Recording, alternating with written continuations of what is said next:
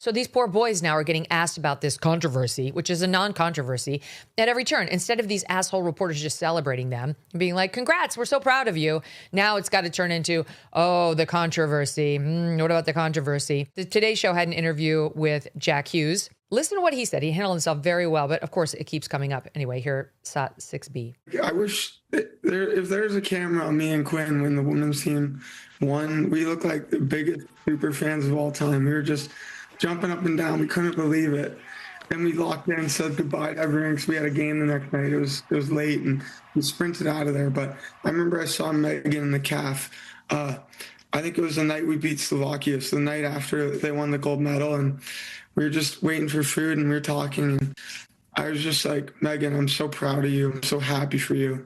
You know, couldn't have happened to a better person. And obviously, you know, when mine went in, I just like so many thoughts, and you know, one of my first thoughts was her, and I'm just like so proud to join her as a gold medalist. Sexist, disgusting pig.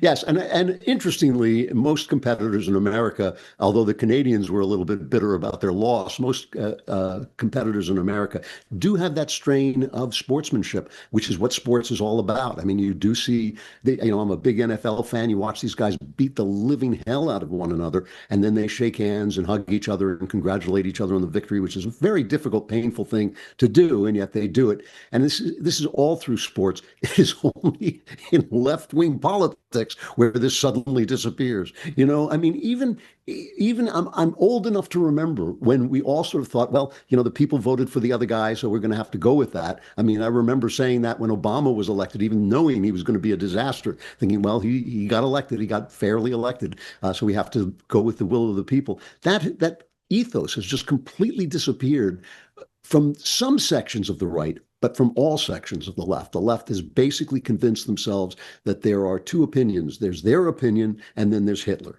You know, there's their ideas, and then there's hatefulness. And when you do that, you know, you never have to change your mind. You never have to listen to an argument. You never have to confront somebody with politeness and kindness and respect and say, all right, let's hear your ideas, and let's see how my ideas compare.